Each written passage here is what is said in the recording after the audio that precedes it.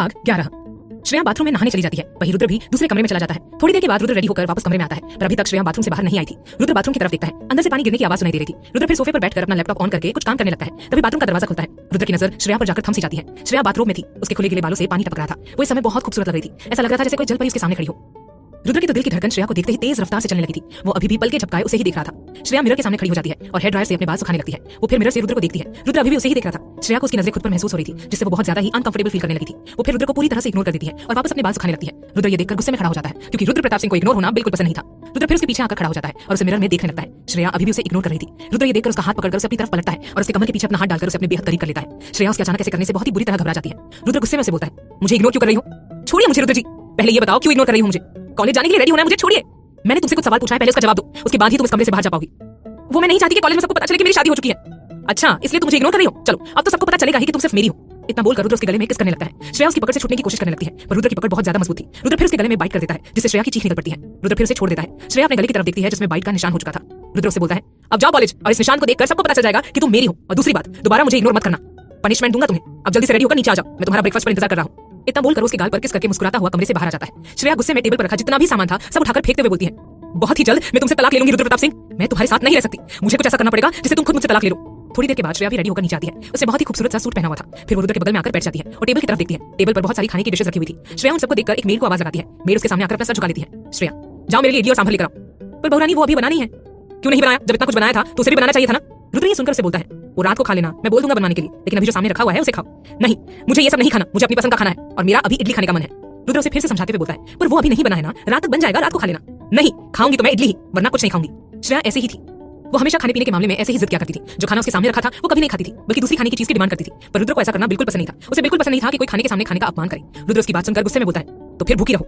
श्रेया को उसकी ये बात सुनकर बहुत गुस्सा आता है। आज तुम ब्रेकफास्ट नहीं करोगी और मुझे ब्रेकफास्ट करते हुए देखोगी। इतना बोलकर वो एक नौकर की तरफ देखता है। नौकर जल्दी से रुद्र की प्लेट में पास्ता डालता है। रुद्र श्रेया के सामने पास्ता खाने लगता है। पास्ता को देखकर श्रेया के मुंह में पानी आने लगता है। श्रेया रुद्र से बोलती है, सॉरी, आपसे कभी जिद नहीं करूंगी, जो खाना सामने रहेगा उसे चुपचाप खा लूंगी, और अगर कुछ खाने का मन करेगा तो पहले ही बता दूंगी। प्लीज मुझे खाना खाने दो, मुझे बहुत जोर की भूख लगी है और लंच ब्रेक भी 12 बजे होती है। तब तक क्या मैं भूखी रहूं?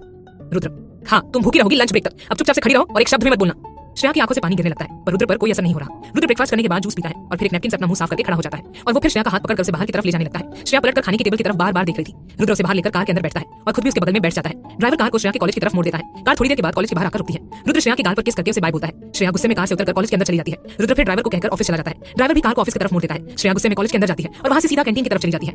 क्या होगा कहानी में आगे जानने के लिए सुनिए अगला एपिसोड सिर्फ प्रतिलिपि एफएम पर।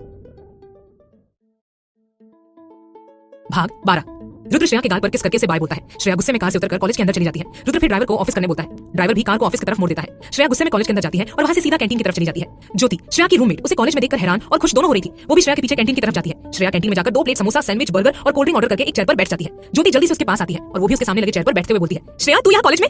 श्रेया उसे गुस्से में देखते हुए बोलती है, कॉलेज में नहीं रहूंगी तो कहाँ रहूंगी? ज्योति, मेरा मतलब है तेरी तो शादी हो गई ना रुद्र प्रताप सिंह से, तो मुझे नहीं लगा था कि तुझे अब दोबारा कभी देख भी पाऊंगी। श्रेया ये सुनकर तुरंत उसके मुंह पर अपना हाथ रखकर चारों तरफ देखते हुए बोलती है, पागल, चिल्ला चिल्ला कर सबको बता दे कि मेरी शादी रुद्र प्रताप सिंह से हो गई है। मैं नहीं चाहती कॉलेज में किसी को भी पता चले मेरी शादी के बारे में, समझी तू? इसलिए अपनी जुबान बंद रख। ज्योति उसकी बात सुनकर अपने मुंह पर उंगली रखती है। तभी कैंटीन वाला श्रेया का ऑर्डर टेबल पर रखकर चला जाता है। ज्योति खाने की तरफ देखकर बोलती है, लगता है बहुत जोरों की भूख लगी है तुझे, क्यों? श्रेया बर्गर खाते हुए गुस्से में बोलती है, हाँ वो खड़ूस प्रताप सिंह, उसने आज मुझे ब्रेकफास्ट करने नहीं दिया। इतना गुस्सा आ रहा है ना उसके ऊपर कि तुझे बता नहीं सकती। अगर मुझे एक खून माफ होता ना तो अब तक मैं उसका खून कर देती। ज्योति ये सुनकर उसे पूछती है, पर रुद्र सर ने ऐसा क्यों किया? श्रेया उसे सारी बात बता देती है। ज्योति, तब तो उन्होंने बिल्कुल ठीक किया, क्योंकि तू हमेशा खाने में नाटक करती है। श्रेया ये सुनकर गुस्से से बोलती है, तू मेरी दोस्त है उस रुद्र की? अरे मैं तो ऐसे ही बोल रही थी। श्रेया, मुझे उसकी एक बात भी नहीं सुननी है, इसलिए उसका नाम मत ले अपनी जुबान से। उसका नाम सुनकर मुझे गुस्सा आता है। ज्योति उसकी प्लेट से समोसा उठाते हुए बोलती है, रुद्र का नाम सुनकर इतना गुस्सा आ रहा है तो तू उसके साथ पूरी जिंदगी कैसे रहेगी? श्रेया उसके हाथ से समोसा लेते हुए बोलती है, ये मेरा है। दूसरी बात, मैं उसके साथ पूरी जिंदगी नहीं रहने वाली, मैं उससे तलाक ले लूंगी। तुझे लगता है कि रुद्र से तुझे तलाक देंगे? वो तो मुझ पर छोड़ दे, मैं कुछ भी करके उससे तलाक लेकर रहूंगी। तभी प्यून आकर श्रेया से बोलता है, मैडम आपको प्रिंसिपल सर ने आपके कैबिन में बुलाया है। ठीक है, मैं अभी आती हूँ। इतना बोलकर वो उठते हुए ज्योति से बोलती है, एक भी मत खाना। ज्योति का मुंह बन जाता है। श्रेया फिर प्यून के साथ चली जाती है। श्रेया प्रिंसिपल के कैबिन का दरवाजा खटखटाती है। प्रिंसिपल उसे देखकर बोलते हैं, अरे श्रेया जी अंदर आ जाइए। श्रेया अंदर आती है। प्रिंसिपल उसे बैठने बोलते हैं। श्रेया सामने लगे चेयर पर बैठ जाती है। प्रिंसिपल मुस्कुराकर उससे बोलते हैं, कैसी हो तुम? श्रेया उनका ये सवाल सुनकर हैरानी से उन्हें देखने लगती है, क्योंकि ये पहली बार था जब प्रिंसिपल उसका हाल चाल पूछ रहे थे, वरना प्रिंसिपल को तो कॉलेज के किसी भी स्टूडेंट से कोई मतलब नहीं था। श्रेया, मैं ठीक हूँ सर, पर आपने मुझे यहाँ क्यों बुलाया? प्रिंसिपल उसके हाथ में एक सर्टिफिकेट दे देते हैं। श्रेया सर्टिफिकेट खोलकर पढ़ती है और हैरानी से प्रिंसिपल की तरफ देखती है। उस सर्टिफिकेट में उसने एग्जाम में टॉप किया था। श्रेया ये देखकर प्रिंसिपल से बोलती है, ये क्या है? प्रिंसिपल, तुम पूरे कॉलेज में टॉप की हो, पर एग्जाम तो हुए नहीं, एग्जाम तो 6 महीने बाद होंगे ना। प्रिंसिपल उसकी बात सुनकर हंसते हुए बोलते हैं, बेटा एग्जाम तो दूसरे स्टूडेंट के लिए है, वो सब तो आम स्टूडेंट है, पर तुम आम थोड़ी हो, तुम तो रुद्र प्रताप सिंह की पत्नी हो, तुम तो बिना एग्जाम दिए ही टॉप कर सकती हो। श्रेया रुद्र का नाम सुनकर गुस्से में बोलती है, अच्छा तो ये सब उस खड़ूस प्रताप सिंह ने किया है? रुद्र जी आपने ठीक नहीं किया, आपके दिमाग में सिर्फ एक ही बात घूमती है ना, मैंने आपसे कहा था कि जब तक एग्जाम नहीं हो जाते आपको खुद के करीब आने नहीं दूंगी, और आपने ये रास्ता निकाला मेरे करीब आने के लिए, ये आपने ठीक नहीं किया। वो फिर प्रिंसिपल की तरफ देखती है। प्रिंसिपल फीकी स्माइल के साथ बोलते हैं, अब से आपको कॉलेज आने की भी कोई जरूरत नहीं है, आप आराम से रुद्र सर के साथ घर पर ही रह सकती है। आपके एग्जाम्स खत्म हुए, अब आपको एग्जाम देने की जरूरत नहीं है। श्रेया ये सुनकर गुस्से में सर्टिफिकेट के 2 टुकड़े कर देती है और बोलती है, मुझे ये सर्टिफिकेट नहीं चाहिए और मैं कॉलेज भी आऊंगी और एग्जाम्स भी दूंगी। और दूसरी बात सर, आपको किसी की बातों में आने की जरूरत नहीं है और ना ही किसी से डरने की जरूरत है। इतना बोलकर वो उठकर कैबिन के बाहर चली जाती है। प्रिंसिपल उस सर्टिफिकेट के टुकड़े को देखकर अपना पसीना पोंछते हुए बोलते हैं, इसने तो सर्टिफिकेट फाड़ कर फेंक दिया। अब पता नहीं रुद्र प्रताप सिंह मेरे और मेरे कॉलेज के साथ क्या करेगा। श्रेया गुस्से में कॉलेज के बाहर आती है। कॉलेज के बाहर रुद्र की कार खड़ी थी। ड्राइवर श्रेया को देखकर तुरंत कार का पिछला गेट खोल देता है। श्रेया गुस्से में कार के अंदर बैठ जाती है। ड्राइवर फिर कार स्टार्ट करके मेंशन की तरफ मोड़ देता है। क्या होगा कहानी में आगे जानने के लिए सुनिए अगला एपिसोड सिर्फ प्रतिलिपि एफएम पर। भाग 13। श्रेया गुस्से में मेंशन वापस आ जाती है। उसे रुद्र के ऊपर बहुत गुस्सा आ रहा था। वो अंदर आकर सोफे पर बैठ जाती है और रुद्र को कॉल लगाने लगती है, पर एक लंबी रिंग के बाद भी रुद्र कॉल नहीं उठाता। श्रेया ये देखकर गुस्से में मोबाइल वहीं सोफे पर फेंक देती है और मेंशन का सारा सामान उठाकर तोड़ने फोड़ने लगती है। उसके ऐसा करते ही मेंशन के सारे नौकर भागते हुए उसके पास आते हैं। एक नौकर उससे बोलता है, बहुरानी क्या हो गया, आपको कुछ चाहिए क्या, हमसे कोई गलती हो गई क्या, आप ये सारा सामान क्यों फेंक रही है। श्रेया उस नौकर को गुस्से में देखती है। नौकर जल्दी से अपना सर झुका लेता है। श्रेया एक महंगा फ्लावर वास उठाकर सामने दीवार पर लगे रुद्र के बड़े से फोटो फ्रेम की तरफ देखती है। फिर वो अपने दांत पीसते हुए फ्लावर वास को उस फोटो फ्रेम की तरफ चलाकर फेंकती है, जिससे वो फ्लावर वास उस फ्रेम से जाकर टकराता है और पूरा फ्रेम का कांच टूटकर चकनाचूर हो जाता है। श्रेया फिर गुस्से में बोलती है, मेरी मर्जी में कुछ भी करूं और खबरदार यहाँ जितना भी सामान फैला है तुम में से कोई भी इसे हाथ नहीं लगाएगा। कोई जरूरत नहीं है कुछ भी ठीक करने की, जैसा है वैसा रहने दो और आने दो उस खड़ूस प्रताप सिंह को। आज मुझे उस पर बहुत गुस्सा आ रहा है, इसलिए मैं उसका गुस्सा इन सारे सामान पर उतार रही हूँ और तुम सब अपना अपना काम करो। नौकर उसकी बात सुनकर एक दूसरे की तरफ देखते हैं और फिर वहां से चले जाते हैं। शाम का समय, रुद्र की कार मेंशन के दरवाजे पर आकर रुकती है। ड्राइवर कार से बाहर निकलकर पीछे का गेट खोलता है, जिसमें से रुद्र फुल एटीट्यूड के साथ बाहर निकलता है और मेंशन के अंदर जाने लगता है। तभी उसके जूतों के नीचे कांच चटकने की आवाज सुनाई देती है। रुद्र आवाज सुनकर नीचे की तरफ देखता है जहां कांच बिखरा हुआ था। वो फिर सामने का नजारा देखता है। उसके पूरे मेंशन की सारी चीजें चारों तरफ फैली हुई थी और सारा सामान जो बहुत ही महंगा था अब सब टूटकर चकनाचूर हो गया था। रुद्र की नजर फिर अपने फोटो फ्रेम पर जाती है। उसका भी कांच टूटा हुआ था और फोटो फ्रेम भी नीचे फर्श पर गिरा हुआ था। रुद्र ये देखकर गुस्से में नौकरों को आवाज लगाता है। सारे नौकर आवाज सुनकर भागते हुए उसके सामने आते हैं और एक लाइन लगाकर खड़े हो जाते हैं। रुद्र उन सब की तरफ देखकर गुस्से में बोलता है, ये मेंशन का क्या हाल बना कर रखा है, किसने किया ये सब। नौकर उसकी बात सुनकर भी जवाब नहीं दे रहे थे। सभी अपना सर झुकाकर खड़े थे। रुद्र फिर से उन पर चिल्लाते हुए कहता है, मैंने पूछा किसने किया ये सब। एक नौकर डरते हुए उसे बोलता है, सर बहुरानी ने किया है। रुद्र उसकी बात सुनकर गुस्से में अपने कमरे की तरफ चला जाता है। वो कमरे का दरवाजा खोलकर गुस्से में कमरे के अंदर जाता है। कमरे का हाल भी बेहाल था। चारों तरफ सामान बिखरा हुआ था। बेड के चादर फर्श पर गिरे हुए थे, वहीं तकिया और सोफे के कुशन भी फर्श पर गिरे हुए थे। श्रेया आराम से बेड पर लेटकर टीवी में मूवी देख रही थी और उसके चारों तरफ चिप्स और चॉकलेट के पैकेट्स बिखरे हुए थे। उसके पूरे मुंह में भी चॉकलेट लगा हुआ था। उसने अपने हाथ में पॉपकॉर्न का बाउल पकड़ा हुआ था और मजे से पॉपकॉर्न खाते हुए मूवी देख रही थी। रुद्र उसे देखकर जोर से कमरे का दरवाजा बंद कर देता है। श्रेया अचानक आवाज सुनकर घबरा जाती है और दरवाजे की तरफ देखती है जहां रुद्र गुस्से में उसे घूर रहा था। श्रेया उसका गुस्सा देखकर बुरी तरह डर जाती है। रुद्र उसके सामने आकर खड़ा हो जाता है और उसके हाथ से रिमोट लेकर टीवी बंद कर देता है। श्रेया ये देखकर नाराजगी के साथ बोलती है, आपने टीवी क्यों बंद कर दिया, मैं मूवी देख रही थी। ये बोलकर वो रिमोट उसके हाथ से लेने लगती है, पर रुद्र की पकड़ मजबूत थी। वो श्रेया का बाजू पकड़कर उसे अपने करीब खींचते हुए बोलता है, तुमने पूरे घर का क्या हाल बना कर रखा है, क्यों किया तुमने ये सब, और खुद को देखो पूरे चेहरे पर चॉकलेट लगा हुआ है और इतने सारे चिप्स के पैकेट, किसने कहा था इतना सब कुछ खाने के लिए।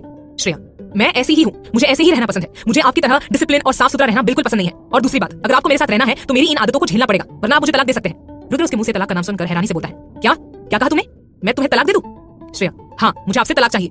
रुद्र अपना रुमाल निकालकर उसके चेहरे पर लगे चॉकलेट को साफ करते हुए बोलता है, सॉरी जान, तुम चाहे जितनी भी कोशिश कर लो पर मैं तुम्हें तलाक नहीं दूंगा। और दूसरी बात, अब अगर तुमने आगे से थोड़ी सी भी गंदगी फैलाने की कोशिश की ना तो उसके बाद तुमने जो मुझे 1 साल का समय दिया है ना वो मैं भूल जाऊंगा।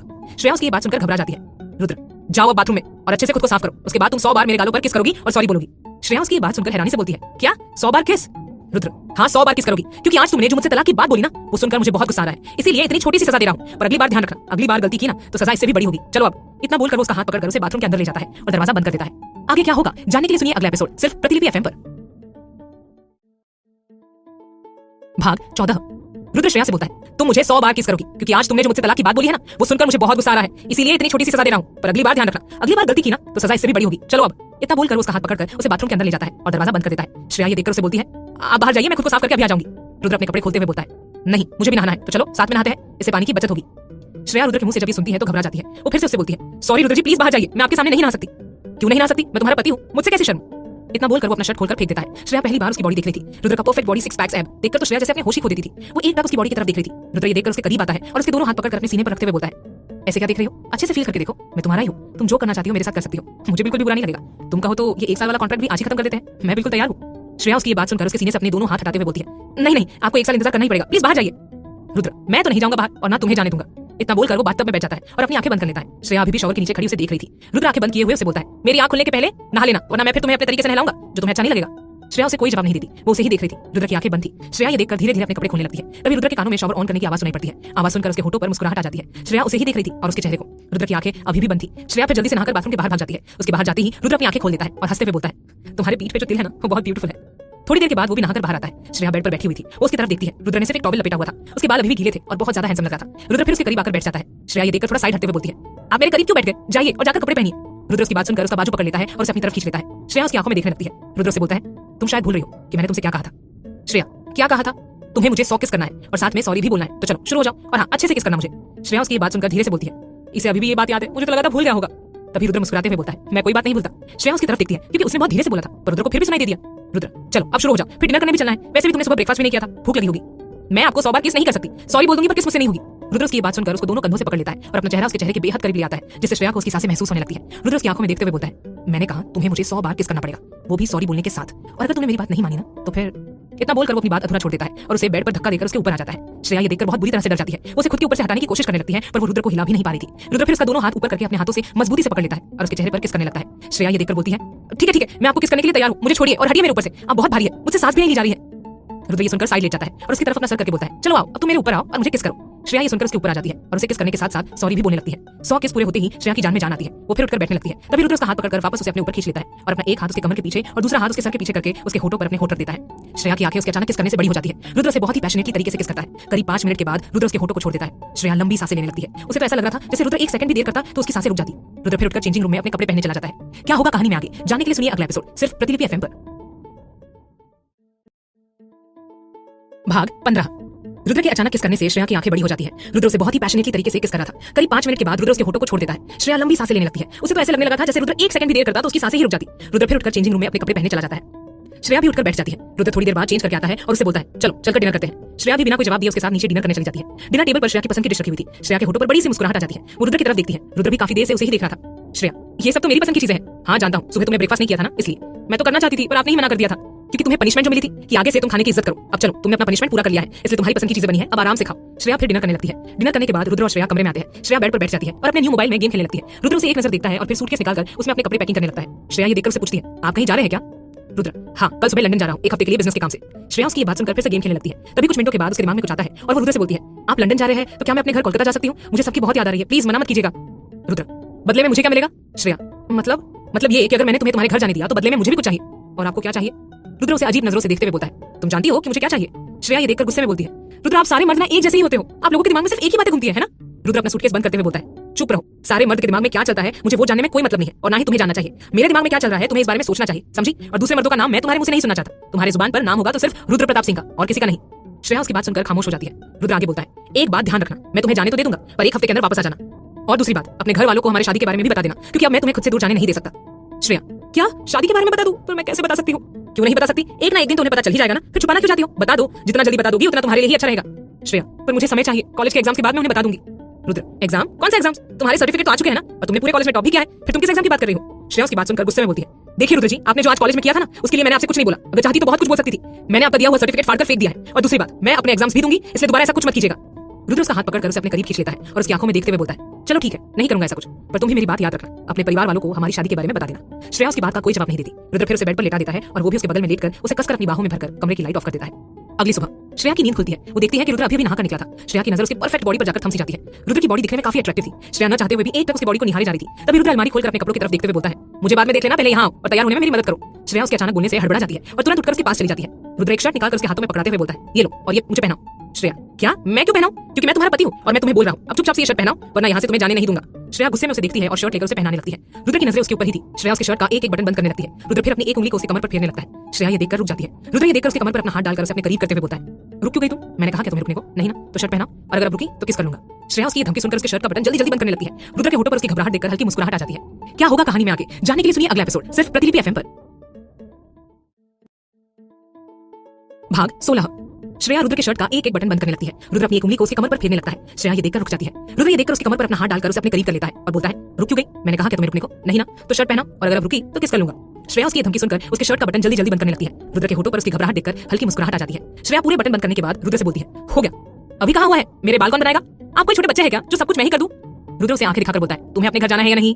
हाँ जाना है, तो फिर बनाओ मेरे बाल। श्रेया धीरे से मन में उसे खड़ूस बोलती है और फिर कंघी से उसके बाल बनाने लगती है। रुद्र मिरर में उसके चेहरे के बदलते भाव को ही देख रहा था। उसे बहुत मजा आता था श्रेया को परेशान करने में।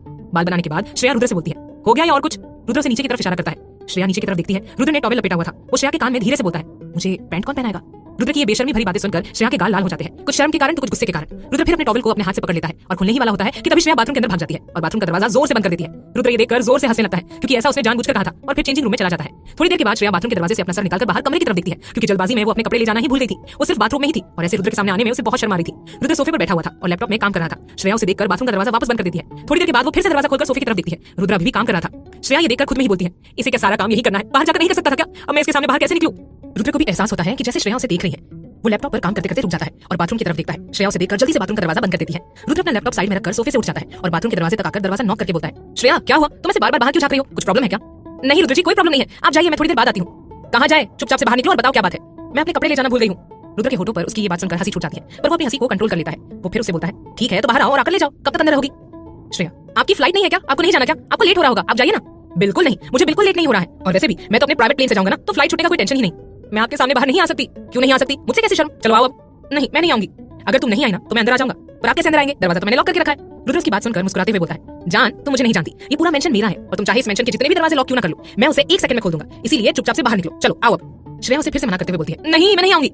ठीक है फिर मैं ही आ जाता हूँ। इतना बोलकर वो पासवर्ड टाइप करने लगता है। श्रेया को भी पासवर्ड की आवाज सुनाई पड़ती है। वो घबराते हुए दरवाजे की तरफ देखती है, तभी दरवाजा खुल जाता है। रुद्र बाथरूम के अंदर आता है। श्रेया को बहुत शर्म आ रही थी। रुद्र उसका हाथ पकड़कर उसे कमरे में लाता है और चेंजिंग रूम के अंदर ले जाते हुए बोलता है, मैं जब तक कमरे में रहता तब तक तुम बाथरूम के अंदर ही रहती क्या? श्रेया उसकी बात सुनकर कुछ नहीं बोली। रुद्र, तुम ना कभी कभी हद करती हो और मुझसे कैसे शर्म, मैंने तुमसे कहा ना कि मैं 1 साल तक कुछ नहीं करूंगा, तो फिर मुझ पर विश्वास नहीं है क्या?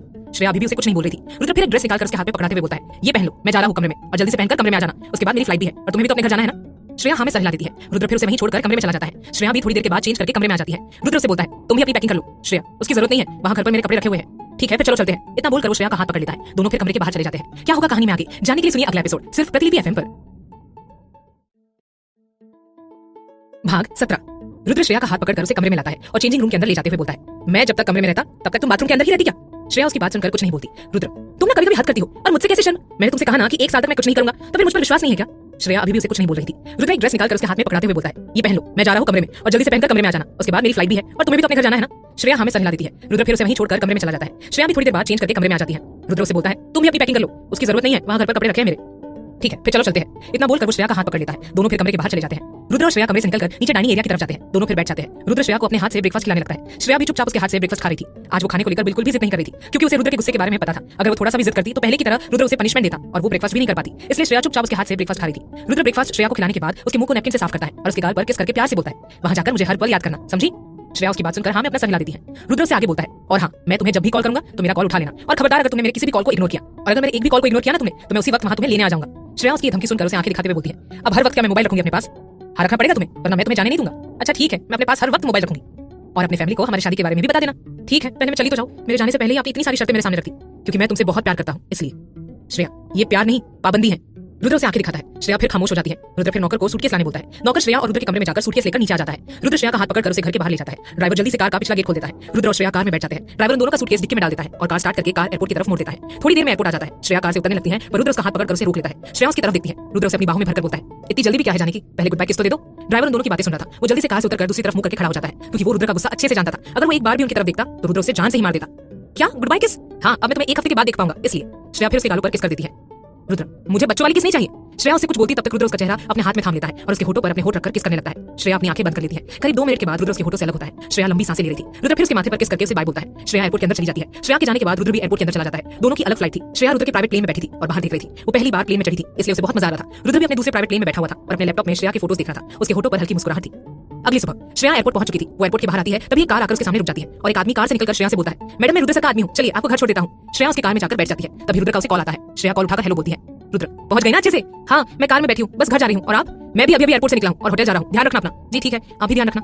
रुद्र फिर उसे आई लव यू बोलता है, पर श्रेया उसके आई लव यू का कोई जवाब नहीं देती। रुद्र फिर कॉल कट कर देता है। थोड़ी देर में श्रेया की कार घर के पास आकर रुकती है। घर दिखने में छोटा था पर बहुत खूबसूरत लग रहा था। श्रेया ड्राइवर से बोलती है, अब आप जाओ। ड्राइवर सर झुकाकर कार लेकर वहां से चला जाता है। श्रेया भी मुस्कुराकर घर के अंदर चली जाती है। क्या होगा कहानी में आगे जानने के लिए सुनिए अगला एपिसोड सिर्फ प्रतिलिपि एफएम पर। भाग 18। श्रेया अपने घर के अंदर आती है। अंदर एक अधेड़ उम्र की औरत सोफे पर बैठी हुई टीवी देख रही थी। श्रेया मुस्कुराकर जोर से बोलती है, माँ। वो औरत श्रेया की आवाज सुनकर दरवाजे की तरफ देखती है। श्रेया भागते हुए अंदर आती है और उस औरत के गले लग जाती है। वो औरत श्रेया की माँ देवकी थी। देवकी जी अचानक से श्रेया को देखकर हैरान और खुश दोनों होती है। श्रेया आकर देवकी जी के गले लग जाती है। देवकी जी, श्रेया बेटा तू यहाँ अचानक से, ना कोई कॉल ना कोई मैसेज। श्रेया देवकी जी से बोलती है, क्यों माँ, मुझे देखकर आपको खुशी नहीं हुई? देवकी जी, ऐसी कोई बात नहीं है, पर तू अचानक से कैसे आ गई? एक कॉल कर देती तो तेरे भाई को मैं स्टेशन भेज देती तुझे लेने के लिए। श्रेया देवकी जी के कंधे पर अपना हाथ रखकर बोलती है, माँ अगर मैं आपको कॉल कर देती तो सरप्राइज कैसा रहता, और वैसे भी ट्रेन से नहीं फ्लाइट से आई हूँ। देवकी जी का मुंह खुला का खुला रह जाता है। श्रेया की ये बात सुनकर वो उस पर गुस्सा करते हुए बोलती है, क्या कहा? फ्लाइट से आई है? तेरे पास इतने पैसे कहां से आए श्रेया? श्रेया देवकी जी का सवाल सुनकर जल्दी से अपनी आंखें बंद कर लेती है। उसे भी अपनी गलती का एहसास होता है कि उसने एक्साइटमेंट में कुछ ज्यादा ही बोल दिया। देवकी जी उसकी बाहें पकड़कर फिर से उससे पूछती है, कुछ पूछ रही हो तुझसे, तेरे पास फ्लाइट के पैसे कहां से आए? बता, ऐसा क्या करती है तुम्हारी दिल्ली में? श्रेया एक मिडिल क्लास लड़की थी। उसके भाई का मिठाई का दुकान था, इसीलिए फ्लाइट से आना तो उन लोगों ने कभी सोचा ही नहीं था। श्रेया और उसकी फैमिली ने आज तक फ्लाइट से ट्रैवल नहीं किया था। ये पहली बार था जब श्रेया प्लेन में बैठी थी। अब श्रेया अपनी मां को कैसे बताए कि वो रुद्र प्रताप सिंह की पत्नी बन गई है, जो दिल्ली का नंबर 1 बिजनेसमैन है, और सिर्फ दिल्ली का ही नहीं दूसरे शहर में भी उसका नाम फैला हुआ है। अमीरों की गिनती में वो टॉप पोजीशन पर आता है। श्रेया यही सब ख्यालों में खोई हुई थी कि तभी देवकी जी अपने बेटे निशांत को आवाज लगाती है। श्रेया देवकी जी से बोलती है, माँ भैया को बुलाने की क्या जरूरत है? देवकी जी, अब तेरे भैया ही तुझसे सवाल पूछेंगे। देवकी जी की आवाज सुनकर एक लड़का उनके पास आता है। वो लड़का श्रेया का भाई निशांत था। निशांत की उम्र करीब 25 से 26 साल की होगी। उस लड़के के पीछे एक लड़की भी आती है। वो निशांत की पत्नी नीलम थी, जिसकी उम्र 23 साल थी। निशांत श्रेया को देखकर मुस्कुराते हुए बोलता है, श्रेया छोटी तू कब आई? श्रेया मुस्कुराकर निशांत के गले लगकर बोलती है, अभी आई हूं भैया। वो फिर नीलम के भी गले लगती है। नीलम, ऐसे अचानक से ना कोई फोन ना कोई मैसेज। श्रेया, भाभी फोन मैसेज करती तो सरप्राइज कैसे रह जाता? देवकी जी नाराजगी के साथ बोलती है, तुम लोगों को पता है ये फ्लाइट से आई है। निशांत ये सुनकर श्रेया की तरफ देखता है। नीलम श्रेया से बोलती है, क्या तू फ्लाइट में बैठी? कैसा लगा? मैंने तो आज तक सिर्फ टीवी में ही देखा है। श्रेया, बहुत ही अच्छा लगा भाभी। देवकी जी निशांत और नीलम से बोलती है, पर तुम लोगों को ये नहीं पूछा है कि ये फ्लाइट से कैसे आई, इसके पास इतने पैसे कहां से आए? श्रेया देवकी जी की तरफ देखकर उनसे बोलती है, माँ वो क्या है ना, मैं वहाँ दिल्ली में पार्ट टाइम जॉब करने लगी हूँ और अब मैं हॉस्टल में नहीं रहती, मैं अपनी दोस्त ज्योति के साथ रेंट पर रहती हूँ। देवकी जी, क्या ये तू क्या बोल रही है? श्रेया, हाँ माँ मैं सच बोल रही हूँ, मुझे एक बड़ी सी कंपनी में जॉब मिल गई है, मैं पढ़ाई के साथ अपने खर्च भी उठा सकती हूँ, इसलिए अब आप लोगों को हर महीने मेरे लिए पैसे भेजने की जरूरत नहीं है। निशांत श्रेया की बात सुनकर उससे बोलता है, क्यों? पर छोटी तुझे जॉब करने की क्या जरूरत है? तेरा भाई मर गया है क्या? मैं क्या तेरा ख्याल नहीं रख सकता हूँ? तुझे अगर रेंट पर रहना था तो मुझे बताती, मैंने तेरे लिए इतना अच्छा हॉस्टल का बंदोबस्त किया था। फिर रेंट पर रहने की क्या जरूरत थी और जॉब करने की क्या जरूरत है? देख तू सिर्फ पढ़ाई में ध्यान दे, इन सब में ध्यान मत दे, समझी? कोई जरूरत नहीं है जॉब करने की। श्रेया, भैया मैं कोई ऐसी वैसी कंपनी में जॉब नहीं कर रही हूँ, दिल्ली की मशहूर कंपनी सिंह ग्रुप, जिसके सीईओ रुद्र प्रताप सिंह है, उनकी कंपनी में जॉब करती हूँ। और आपको पता है ना वहाँ जॉब पाना कितना मुश्किल है, और मुझे वहाँ जॉब मिल गया है। और आप मेरी पढ़ाई की चिंता मत कीजिए, मैं पढ़ाई पर पूरा ध्यान देती रहूंगी। निशांत, वो तो ठीक है, पर जॉब करने की जरूरत क्या है? भैया प्लीज, मैं दिन भर बोर हो जाती हूँ, कॉलेज से आने के बाद यूं ही कमरे में बैठी रहती हूँ। मैं अपनी पढ़ाई पर ध्यान तो दे ही रही हूँ ना, अगर 2 पैसे कमा लूंगी तो उसे क्या होगा? निशांत, अच्छा ठीक है, मैं तुझे नहीं रोकूंगा, पर मुझे पूरे मार्क्स चाहिए, उसमें कमी नहीं आनी चाहिए, और इस बार तो कॉलेज में टॉप करेगी। श्रेया ये सुनकर धीरे से बोलती है, मैंने तो पहले ही टॉप कर लिया है। क्या क्या कहा तूने? कुछ नहीं भैया। श्रेया का इतना बोलना ही था कि तभी एक आवाज आती है, श्रेया जाने मन आ गई तुम। उस आवाज को सुनकर सभी दरवाजे की तरफ देखते हैं। दरवाजे पर एक लड़का खड़ा था और उसके पीछे उसके 2 गार्ड्स खड़े थे। श्रेया उस लड़के को देखकर अपना मुंह बनाते हुए बोलती है, बस इसी की कमी थी। कौन है ये लड़का जो श्रेया को जाने मन बोल रहा था? आगे और क्या धमाल होने वाला है, जानने के लिए सुनिए अगला एपिसोड सिर्फ प्रतिलिपि एफएम पर। भाग 19। श्रेया अपने परिवार से बात कर ही रही थी कि तभी एक आवाज आती है, श्रेया जाने मन आ गई तुम। उस आवाज को सुनकर सभी दरवाजे की तरफ देखते हैं। दरवाजे पर एक लड़का खड़ा था और उसके पीछे उसके 2 गार्ड्स खड़े थे। श्रेया उस लड़के को देखकर अपना मुंह बनाते हुए बोलती है, बस इसी की कमी थी। वो लड़का मुस्कुराते हुए अंदर आता है, उसके साथ उसके दोनों गार्ड्स भी अंदर आते हैं। उस लड़के ने टी-शर्ट और जींस पहना हुआ था और टी-शर्ट में अपना चश्मा लगाया हुआ था। वो लड़का मुस्कुराते हुए बोलता है, श्रेया तुम आ गई, तुम्हें मालूम है मैं रोज तुम्हें याद करता था, आज मेरे आदमी ने मुझे बताया कि तुम आ चुकी हो। देखो जैसे मुझे तुम्हारे बारे में पता चला, मैं तुरंत यहाँ तुमसे मिलने आ गया। कैसी हो मेरी जान? श्रेया उसके मुंह से जान सुनकर गुस्से में बोलती है, रोनित अपनी बकवास बंद कर, समझा? मैं तेरी कोई जानवान नहीं हूँ। रोनित अपने होठों पर डेविल मुस्कुराहट लेकर आता है और कहता है, श्रेया जाने मन तुम कब तक मुझसे नाराज रहोगी? तुम भूल गई क्या बचपन में ही हम दोनों के माँ बाप ने हम दोनों का रिश्ता तय कर दिया था? आखिर हम दोनों के बाप एक दूसरे के जिगरी दोस्त जो थे, तुम्हें याद नहीं है क्या? श्रेया उसकी बात सुनकर गुस्से में बोलती है, सब याद है कि हम दोनों का रिश्ता बचपन में ही तय हो गया था, पर उस समय हम दोनों नादान थे, पर अब अकल आ गई है और मैं अपनी लाइफ में आगे बढ़ चुकी हूँ। तुमने कभी खुद को देखा है अपने पापा के पैसों पर ऐश की जिंदगी जीते हो? तुम्हारे पापा तो चले गए और अपने पीछे अपना बड़ा सा बैंक बैलेंस छोड़ गए, जिसके सहारे तुम ये ऐश की जिंदगी जी रहे हो। अगर कल को तुम्हारे सारे पैसे खत्म हो जाएंगे तो क्या करोगे तुम कभी भी मेरी जिम्मेदारी नहीं उठा सकते। और वैसे भी मुझे तुम्हें कोई इंटरेस्ट भी नहीं है, 2 बार जेल भी जा चुके हो तुम। तुम्हें लगता है कि मैं तुम जैसे बिगड़े हुए लड़के के साथ अपना रिश्ता बनाऊंगी? कभी नहीं, मेरा दिमाग खराब नहीं है। रोनित श्रेया की बात सुनकर गुस्से में उसका बाजू पकड़कर उसे अपने करीब करते हुए बोलता है, मैं तुमसे पूछ नहीं रहा हूँ, बल्कि तुम्हें बता रहा हूँ कि हम दोनों का रिश्ता बचपन में ही तय हो चुका है और तुम पर सिर्फ मेरा हक है। भले ही तुम इस बात के लिए राजी ना हो, पर ये सच है कि तुम सिर्फ मेरी हो, रोनित कपूर की हो, और मेरे अलावा मैं तुम्हें किसी और की नहीं होने दूंगा। निशांत ये देखकर गुस्से में बोलता है, ए छोड़ मेरी बहन का हाथ, वरना इतना मारूंगा कि दूसरी बार हाथ पकड़ने के लायक नहीं रहेगा। चल निकल यहाँ से।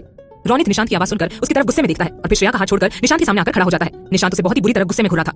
रोनित मुस्कुराकर उसे बोलता है, साले साहब इतना गुस्सा करना ठीक नहीं है, अभी तो मैं यहाँ से जा रहा हूँ, पर मैं वापस जरूर आऊंगा, और जब दोबारा आऊंगा ना तो अपनी जान को अपने साथ ले जाऊंगा। इतना बोलकर वो अपनी आंखों में चश्मा लगाकर वहां से मुस्कुराते हुए चला जाता है। देवकी जी फिर श्रेया से बोलती है, बेटा जा तू थक गई होगी, जाकर अपने कमरे में थोड़ा आराम कर ले। श्रेया, ठीक है मां जा रही हूँ, आप मेरा फेवरेट खाना बना दीजिए, मुझे आपके हाथों का बना खाना खाना है, वहाँ हॉस्टल में आपके हाथों का बना खाना बहुत मिस करती थी। देवकी जी उसकी बात सुनकर मुस्कुराते हुए बोलती है, हाँ ठीक है, मैं तेरी पसंद का खाना बनाने की तैयारी करती हूँ, तू जा और आराम कर। श्रेया फिर मुस्कुराकर अपने कमरे में चली जाती है। वो अपने बेड पर आकर बैठ जाती है और सुकून से अपनी आंखें बंद कर लेती है। अभी 2 मिनट ही हुए थे कि तभी उसका मोबाइल बजता है। श्रेया अपने पर्स से मोबाइल निकालती है, उसे रुद्र का कॉल आ रहा था। रुद्र का नाम पढ़कर उसके चेहरे पर जो 2 मिनट का सुकून आया था वो भी गायब हो जाता है। श्रेया ना चाहते हुए भी कॉल उठाकर हेलो बोलती है। दूसरी तरफ से रुद्र की भारी आवाज आती है, पहुंच गई तुम? श्रेया, हाँ पहुंच गई। रुद्र ये सुनकर गुस्से में बोलता है, पहुंच गई तो कॉल क्यों नहीं किया? मैं कब से तुम्हारे कॉल का इंतजार कर रहा था, ये क्या जरूरी है कि मैं तुम्हें कॉल करूं? मैंने तुम्हें इतना महंगा मोबाइल किसलिए दिया? ताकि तुम उसका यूज कर सको। तुम पहुंचकर मुझे कॉल कर सकती थी ना, फिर क्यों नहीं किया? श्रेया भी गुस्से में जवाब देती है, मैं पहुंचकर पहले अपने परिवार से मिलूंगी, आपको कॉल करूंगी। मैंने कहा था ना कि मैं फ्री होकर आपसे बात करूंगी, अभी फ्री हुई हूं और मैं आपको कॉल करने ही वाली थी, तभी आपका कॉल आ गया। रुद्र उसकी ये बात सुनकर अपने दांत पीसते हुए बोलता है, चुप करो, तुम्हारे लिए सबसे पहले मैं हूं, बाद में तुम्हारा परिवार। भूलो मत कि मैं तुम्हारा पति हूं, और ये बात आगे से याद रखना, आगे से सबसे पहले तुम्हारी पहली प्रायोरिटी मेरे लिए होनी चाहिए, बाद में अपने परिवार के लिए। अब तुमने गलती की है तो सजा भी मिलेगी, चलो अब मुझे 50 बार किस करो। रुद्र की ये बात सुनकर श्रेया चौंकते हुए बोलती है, क्या 50 बार किस? रुद्र, हाँ किस करोगी, और तुम्हारे किस की आवाज मेरे कानों तक पहुंचनी चाहिए और मुझे फील होना चाहिए कि तुम मेरे सामने हो और मेरे होठों पर किस कर रही हो। चलो अब शुरू हो जाओ। श्रेया गुस्से में बोलती है, मैं ऐसा कुछ नहीं करने वाली, मैं कॉल रख रही हूँ। रुद्र उसकी ये बात सुनकर उसे धमकी देते हुए बोलता है, ऐसी गलती मत करना, अगर तुमने अपनी सजा पूरी नहीं की और कॉल कट कर दिया तो फिर तुम दोबारा कभी भी अपने परिवार से नहीं मिल पाओगी। मैं अभी अपने आदमियों को तुम्हारे घर पर भेजूंगा और वो तुम्हें फिर से मेरे पास ले आएंगे, सोच लो। आगे क्या होगा कहानी में जानने के लिए सुनिए अगला एपिसोड सिर्फ प्रतिलिपि एफएम पर। भाग 20। रुद्र श्रेया से बोलता है, तुम मुझे किस करोगी और तुम्हारे किस की आवाज मेरे कानों तक पहुंचनी चाहिए और मुझे फील होना चाहिए कि तुम मेरे सामने हो और मेरे होठों पर किस कर रही हो। चलो अब शुरू हो जाओ। श्रेया मन ही मन रुद्र को न जाने कितनी गालियां दे चुकी थी। वो ये भी जानती थी कि अगर उसकी बात उसने नहीं सुनी तो रुद्र अभी अपने आदमियों को उसके घर भेज देगा और फिर उसका सीक्रेट उसके परिवार के सामने आ जाएगा। श्रेया अपने माँ, भैया और भाभी को अपनी शादी के बारे में आराम से बताना चाहती थी, पर रुद्र की बात मानने के अलावा उसके पास कोई दूसरा चारा नहीं था। श्रेया फिर धीरे से किस करती है। रुद्र से बोलता है, आवाज नहीं आई, अच्छे से किस करो, मेरे कानों तक आवाज आनी चाहिए। श्रेया फिर से किस करती है। इस बार श्रेया के किस करने की आवाज सुनकर रुद्र अपनी आंखें बंद कर लेता है। श्रेया किस किए जा रही थी। श्रेया की आवाज रुद्र के कानों से पहुंचते हुए उसके दिल तक उतर रही थी। रुद्र के होठों पर हल्की मुस्कुराहट थी। श्रेया की आवाज थोड़ी देर के बाद आना बंद हो जाती है। रुद्र को जब आवाज आनी बंद हो जाती है तो वो अपनी आंखें खोलता है और गुस्से में बोलता है, क्या हुआ, तुम्हारी आवाज आना बंद क्यों हो गई? क्योंकि 50 बार किस मैंने आपको कर ली है रुद्र जी। रुद्र तो इतना खोया हुआ था कि उसे पता ही नहीं चला। रुद्र से बोलता है, क्या इतनी जल्दी हो गया 50 बार किस? पर मैंने तो गिना ही नहीं था। एक काम करो, तुम फिर से किस करो मुझे। श्रेया ये सुनकर गुस्से में बोलती है, देखिए रुद्र जी, मैं बहुत थक गई हूँ, मुझे नींद आ रही है, मैं सोने जा रही हूँ। रुद्र का मन तो उससे और बात करने का कर रहा था, पर वो उसे और परेशान नहीं करना चाहता था, इसलिए वो उसे बोलता है, अच्छा ठीक है, तुम सो जाओ, मैं तुमसे बाद में बात करूंगा, मुझे भी एक मीटिंग के लिए जाना है। श्रेया ये सुनकर जल्दी से कॉल कट कर देती है। रुद्र अपने मोबाइल स्क्रीन की तरफ देखता है जिसमें श्रेया की तस्वीर लगी हुई थी। रुद्र उसकी तस्वीर पर किस करता है और फिर तैयार होने चला जाता है। इधर श्रेया गुस्से में बोलती है, पता नहीं मेरा इससे पीछा कब छूटेगा, ऐसा क्या करूं जिससे ये मुझे तलाक दे दे। पर मैं लगती है थोड़ी देर बाद देवकी जी उसके सामने लगे टेबल पर सारा खाना प्लेट में रख देती है और फिर से किचन में चली जाती है। श्रेया खाना देखकर खाने पर टूट पड़ती है। वो बहुत जल्दी खाना खा रही थी। श्रेया को इस तरह से खाता हुआ देखकर निशांत हंसते हुए उसे बोलता है, ए मोटी, आराम से खा, खाना कहीं भागे नहीं जा रहा है। श्रेया निशांत की आवाज सुनकर उसकी तरफ देखती है। निशांत वहां आ गया था और उसे देखकर हंस रहा था। श्रेया निशांत से बोलती है, भैया मुझे ठीक से खाने दो और ये बार-बार मुझे मोटी मत बोला करो, आपको मैं कहां से मोटी लगती हूँ। निशांत उसके बगल में बैठ जाता है और उसकी प्लेट से नूडल्स खाते हुए बोलता है, और नहीं तो क्या बोलूं, तू ये किस तरह से खाना खा रही है, जैसे पता नहीं तेरा खाना कहां गायब हो जाएगा। श्रेया निशांत को घूर कर देखते हुए बोलती है, गायब नहीं हो जाएगा, बल्कि आप खा जाओगे। देखो, आपको खाना है ना तो आप जाकर किचन में मां से मांग लो, और खबरदार जो आपने मेरा खाना खाया तो ये सारा मेरे लिए बना है। निशांत, अरे एक चम्मच ही तो खाया था, उसमें इतना क्या भड़क रही है, चल ठीक है खा ले, नहीं खा रहा मैं। थोड़ी देर के बाद वहां नीलम भी आ जाती है और श्रेया के बगल में बैठे हुए बोलती है, श्रेया आज शाम को शॉपिंग करने चलोगी क्या? हाँ भाभी, मैं तो कब से बाहर जाना चाहती हूँ, आजादी की जिंदगी जीना चाहती हूँ कुछ दिन। निशांत उसकी ये बात सुनकर उसे बोलता है, बोल तो ऐसे रही है जैसे कि तू कहीं कैद है।